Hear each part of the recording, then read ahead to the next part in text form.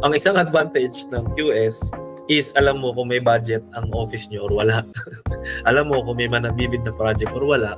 Kapag nagre-resign ng estimator, most of the time, kabahan ka na kasi ibig sabihin, dalawa lang yan eh. Nag-resign yung estimator dahil may malaking opportunity sa iba or nag-resign sa estimator dahil wala ng project yung company, sa palugi na yung company.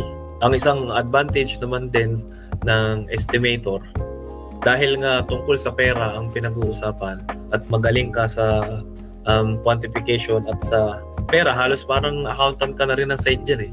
So, malaki ang sahod dyan at malapit ka sa boss. Kadalasan ng mga QS, nagre-retain yan kasi ang gusto ng mga project manager, komportable siya sa QS tsaka sa planning engineer niya.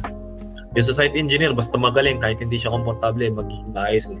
Pero kung yung QS niya at yung planning engineer niya, sablay sa alignment niya or hindi sila align nung project manager, most likely, hindi niya nire-retain. So, isang advantage, malapit ka sa boss mo.